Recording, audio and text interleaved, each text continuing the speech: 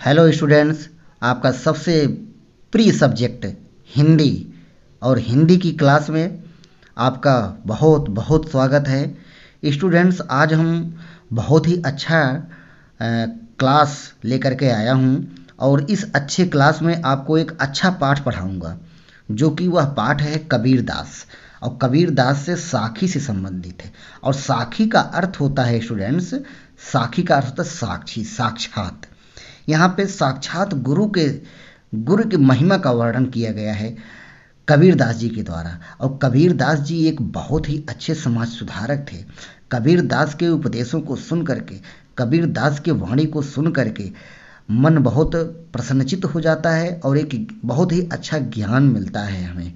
तो उन्हीं के ज्ञान के विषय में यहाँ पे हम पढ़ेंगे, गुरु की महिमा का वर्णन देखेंगे और अपने जीवन में इसे उतारने का हम प्रयास भी करेंगे। क्योंकि अगर आप कुछ दोहे पढ़ेंगे, 15 दोहे पढ़ेंगे तो कुछ न कुछ तो अपने जीवन में इससे सीख जरूर मिलेगी। स्टूडेंट्स, आप शुरू से अंत तक बने रहिएगा, जिससे कि यह पाठ आपको अच्छे से समझ में आ जाए। जब तक आप शुरू से अंत तक नहीं देखेंगे वीडियो को, तब तक स्टूडेंट्स कैसे ये समझ में आएगा। आप उसे कट करके भगा करके देख लेंगे तो कोई फ़ायदा नहीं होगा। इसलिए स्टूडेंट्स, आप पेन कॉपी लेकर के बैठ जाइए। आइए शुरू करते हैं। साखी। सतगुरु हमसु रीझ करी, एक कहा प्रसंग, बरस्या बादल प्रेम का, भीज गया सब अंग। यहाँ पे स्टूडेंट्स, इस साखी में कबीर दास ने अपने गुरु के प्रति एक समर्पण भाव को प्रकट किए हुए हैं। गुरु के प्रति समर्पण भाव को प्रकट किए हुए हैं और साथ ही वे गुरु के प्रति अपनी कृतज्ञता को भी व्यक्त किए हुए हैं। ये तो आपका हो जाएगा प्रसंग। और संदर्भ में कि प्रस्तुत साखी संत कबीर दास जी द्वारा रचित कबीर ग्रंथावली से लिया गया है। अब व्याख्या देखेंगे। सतगुरु हमसे रीझ कर, सतगुरु मतलब सच्चे गुरु, रीझ कर का मतलब मुग्ध होकर, प्रसन्न हो। कबीर दास जी कहते हैं कि सच्चे गुरु मुझसे प्रसन्न होकर के एक ज्ञान का उपदेश देते हैं। कहाँ एक प्रसंग मतलब कथा, उपदेश, बात बताते हैं, एक बात बताते हैं, एक उपदेश देते हैं, ज्ञान रूपी उपदेश देते हैं। सच्चे गुरु मुझसे प्रसन्न होकर के, मेरे ऊपर प्रसन्न होकर के मुझे एक कथा बताते हैं, एक उपदेश देते हैं। और भक्ति और उपदेश से हमारे हृदय में व्यापक भक्ति का जन्म होता है। जो हमारे गुरु हमें उपदेश देते हैं, उससे हमारे हृदय में एक व्यापक भक्ति का जन्म होता है, बरस्या बादल प्रेम का। और उस भक्ति के इस बादल से, भक्ति रूपी बादल से प्रेम और स्नेह की वर्षा होती है, स्नेह की वर्षा होती है। और उससे भीज गया सब अंग, और शरीर का एक अंग भीग गया। अर्थात जो उन्होंने प्रेम और स्नेह की वर्षा रूपी उपदेश मुझे दिया, उससे हमारा शरीर एकदम ज्ञान से भर गया। शरीर अंग भीगने का अर्थ है कि ज्ञान से हमारा शरीर पूरा भर गया, भीग गया। कहने का अर्थ हमें पूरी तरह से ज्ञान की प्राप्ति हो गई है। इसलिए मानव जीवन में सद्गुरु का अत्यधिक महत्व बताया गया है। यहाँ पे स्टूडेंट्स, काव्य सौंदर्य में हम लिखेंगे कि यहाँ पे भाषा सधुक्कड़ी है, रस शांत रस है, छंद दोहा है, अलंकार रूपक अलंकार का प्रयोग किया गया है।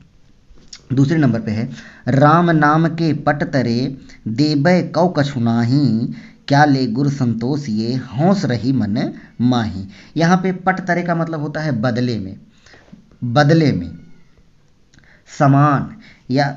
और संतोषीय का अर्थ होता है संतोष मिल सके। और हौस का मतलब होता है अभिलाषा।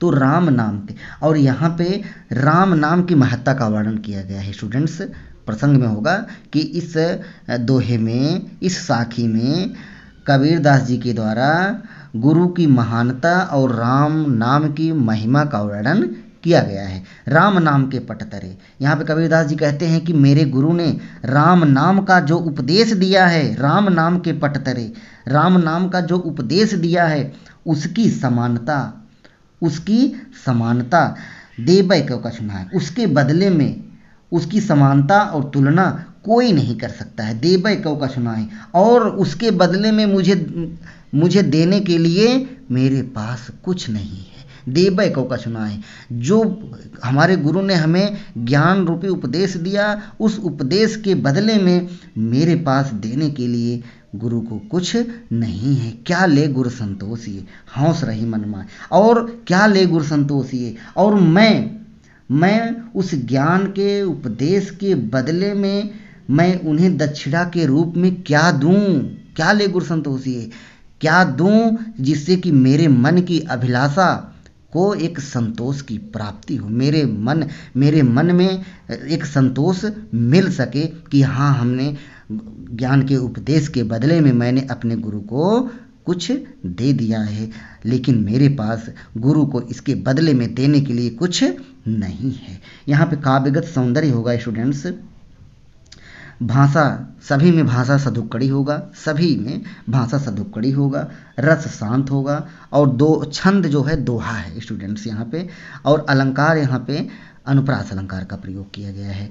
ज्ञान प्रकाश्या गुरु मिल्या सोजिन विसरी जाई, जब गोविंद कृपा करी तब गुरु मिलिया आए।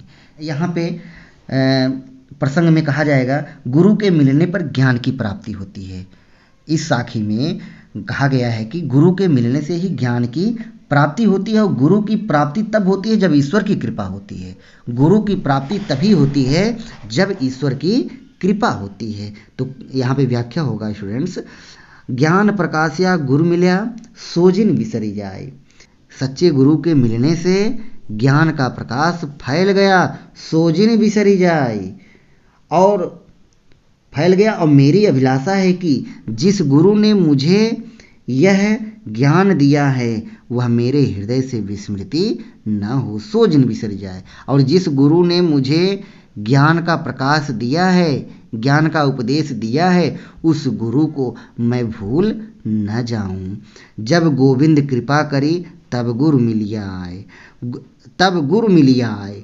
तभी हमें उस गुरु की प्राप्ति होती है जब गोविंद मतलब ईश्वर की कृपा करी, ईश्वर की कृपा होती है।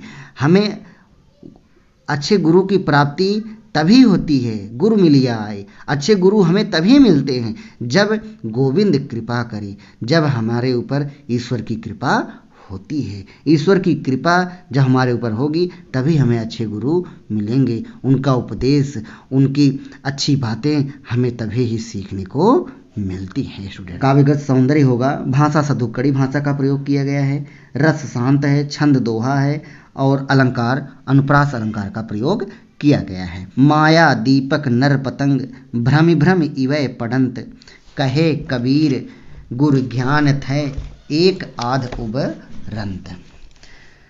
माया दीपक नर पतंग, यहाँ पे गुरु की महिमा का वर्णन किया ही गया है स्टूडेंट्स, लेकिन गुरु की कृपा होने पर ही मनुष्य माया रूपी आग से बच सकता है।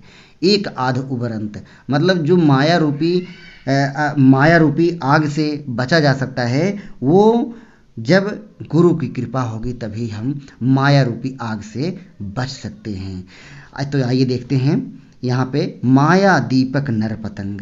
संत कबीर कहते हैं कि माया रूपी दीपक के सामने, माया रूपी दीपक के सामने मनुष्य नर पतंग, मनुष्य पतंगे के समान है। माया, कबीरदास जी कहते हैं कि माया रूपी दीपक के सामने, माया रूपी दीपक के सामने मनुष्य नर मतलब मनुष्य पतंगे के समान है। दीपक के सामने मनुष्य पतंगे के समान है। और जिस पर भ्रम भ्रम इवै पड़ंत, जिस प्रकार पतंगा दीपक को देखकर, जिस प्रकार पतंगा दीपक लौ को, लैंप को देख करके उसकी तरफ दौड़ता है, भ्रमित होकर उस पर बार बार गिरता है और जल जाता है, उसी प्रकार भ्रमि भ्रम इवै पड़ंत, उसी प्रकार मनुष्य भी माया के चारों ओर चक्कर काटता रहता है और अंत में भ्रमि भ्रम इवै पड़ंत, और अंत में नष्ट हो जाता है, और अंत में नष्ट हो जाता है। कहे कबीर गुरु ज्ञान थे एक आध उभरंत। कबीरदास जी कहते हैं कि गुरु ज्ञान से, कहे कबीर गुरु ज्ञान थे, कबीरदास जी कहते हैं कि गुरु ज्ञान से, गुरु से ज्ञान प्राप्त करके एक मनुष्य माया के इस बंधन से बच सकता है, किंतु कोई विरला व्यक्ति ही इस ज्ञान को प्राप्त करके, किंतु कोई विरला व्यक्ति ही, किंतु एक आध व्यक्ति ही गुरु के ज्ञान से, गुरु के ज्ञान को प्राप्त करके माया रूपी दीपक से उबर पाते हैं। अर्थात उस माया रूपी दीपक की अग्नि से जलने से एक आध उपरंत, एक दो व्यक्ति बच जाते हैं। स्टूडेंट्स, जब मैं था तब गुरु नहीं, अब गुरु है हम नाही, प्रेम गली अति सांकरी, तामय दो न समाही। मैं का अर्थ है स्टूडेंट्स यहाँ पे अहंकार, और गुरु का अर्थ होता है आचार्य, और प्रेम गली का अर्थ होता है प्रेम रूपी गली, प्रेम गली का अर्थ होता है प्रेम रूपी गली, और सांकरी का अर्थ होता है कम चौड़ा, सांकरी का अर्थ होता है कम चौड़ा, संकुचित, सकरा जिसे बोलते हैं, और तामय का अर्थ होता है इसमें, न का मतलब नहीं, समाहिक मतलब समाहित होना। तो यहाँ पे संत कबीर ने गुरु और भगवान की एकता का प्रतिपादन करते हुए समस्त प्राणियों को अहंकार से मुक्त रहने का उपदेश दिया है। यहाँ पे सभी प्राणियों को अहंकार न करने की बात कही गई है कि जब मैं था तब गुरु नहीं। मैं का अर्थ अहंकार। कबीर कहते हैं कि जब मुझ में अहंकार व्याप्त था, जब मैं था, मेरे अंदर अहंकार भरा हुआ था, तब ईश्वर रूपी गुरु से स्वयं को अलग मानता था, तब गुरु नाही, तब मुझे गुरु की प्राप्ति नहीं हुई थी, हमें गुरु के उपदेशों का ज्ञान नहीं था। अब गुरु है हम नाही, अब हमारे अंदर गुरु का वास हो गया है, अर्थात गुरु के उपदेशों के, गुरु के अच्छी बातों का हमें ज्ञान हो गया है, गुरु का ज्ञान हमें मिल गया है, हम नाही, और हमारे अंदर अब अहंकार के लिए कोई स्थान नहीं है, अब हमारे हृदय में अहंकार नहीं है। प्रेम रूपी गली अत्यंत संकुचित है, इसमें तामय दो न समाये, दो मतलब दोनों, लेकिन मेरे हृदय में अहंकार और ईश्वर एक साथ नहीं रह सकते। तामय दो न समाये, मैं मतलब अहंकार, गुरु मतलब गुरु, ईश्वर, उपदेश, एक साथ दोनों हृदय में नहीं समा सकते हैं। अर्थात कबीर का कहने का आशय ये है कि ईश्वर के दर्शन पाने के लिए हमें अपने अंदर के अहंकार को नष्ट करना होगा। यहाँ पे काव्य सौंदर्य होगा स्टूडेंट्स। भाषा सधुक्कड़ी, रस शांत, छंद दोहा होगा, और अलंकार रूपक और अनुप्रास अलंकार का प्रयोग किया गया है। भगति भजन हरि नाम है, दूजा दुख अपार, मनसा वाचा कर्मणा, कबीरा सुमिरन सार। भगति का अर्थ होता है स्टूडेंट्स भक्ति, नाम का अर्थ होता है नाम, दूजा का अर्थ होता है दूसरा, और वाचा का अर्थ होता है वाणी से, कर्मणा का अर्थ होता है कर्म से, और सार का अर्थ होता है राम नाम या मूल तत्व। तो यहाँ पे स्टूडेंट्स कबीर ने संसार सागर को पार करने के लिए केवल ईश्वर का स्मरण करने पर, मतलब संसार रूपी इस सागर से पार करने के लिए केवल ईश्वर की आराधना, ईश्वर की भक्ति पर ही बल दिया गया है, ईश्वर का स्मरण करने पर ही बल दिया गया है। भगति भजन हरि नाम है, दूजा दुख पार। यहाँ कबीरदास जी कहते हैं कि भगवान के नाम स्मरण को ही वास्तव में भक्ति और भजन कहा जा सकता है, भक्ति और भजन कहा जा सकता है। हरि नाम मतलब भगवान के नाम स्मरण को ही वास्तव में भक्ति और भजन कहा जा सकता है। ईश्वर भक्ति और ईश्वर का नाम ही महत्वपूर्ण है, ईश्वर की भक्ति और उनका नाम ही महत्वपूर्ण है, ईश्वर की भक्ति और उनका नाम ही महत्वपूर्ण है। इसके अतिरिक्त इस संसार में दूजा दुख अपार, शेष सभी केवल अपार दुख के कारण ही सिद्ध होते हैं। इसके अलावा भगवान की भक्ति और उनका नाम स्मरण के अलावा सब कुछ इस संसार में दुख के कारण को ही सिद्ध करते हैं। मनसा वाचा कर्मणा, मनसा वाचा कर्मणा कहने का अर्थ ये है कि कबीरदास जी कहते हैं कि इसीलिए हम मनुष्य को अपने मन वचन और कर्म से संसार के मूल तत्व कबीरा सुमिरन सार, संसार के मूल तत्व ईश्वरीय सत्ता का ही स्मरण करना चाहिए। इसीलिए हम मनुष्यों को, हर एक प्राणी को, हर व्यक्ति को मन से, वाणी से और कर्म से ईश्वर का सुमिरन सार मूल तत्व राम के नाम का ही स्मरण करना चाहिए। यहाँ पे स्टूडेंट्स काव्य सौंदर्य होगा, भाषा सदुक्कड़ी, रस शांत, छंद दोहा और अलंकार अनुप्रास अलंकार का प्रयोग किया गया है। आगे है स्टूडेंट्स, कबीरा चित्त चमंकिया चहुदिस लागी लाई हरि सुमिरन हाथू घड़ा बेगे लेहु बुझाई। यहाँ पे चित्त का अर्थ होता है हृदय, चमंकिया का अर्थ होता है प्रकाशित हुआ, लाई का अर्थ होता है आग, सुमिरन का अर्थ होता है स्मरण, सुमिरन का अर्थ होता है स्मरण, और बेगे का अर्थ होता है शीघ्र, तेजी से।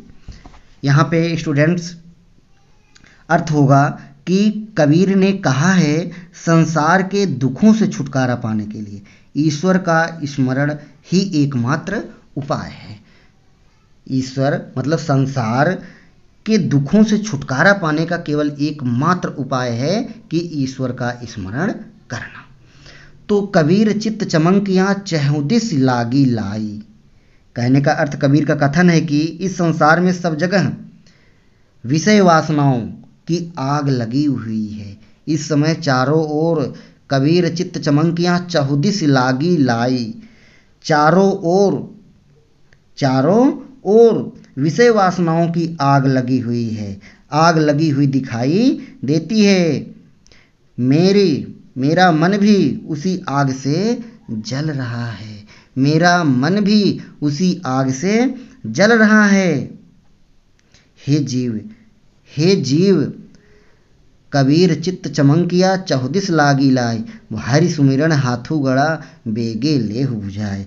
हे जीव, तेरे हाथ में ईश्वर स्मरण, उस सुमिरन मतलब स्मरण, ईश्वर स्मरण रूपी जल का घड़ा है। तेरे हाथ में ईश्वर स्मरण रूपी जल का घड़ा है।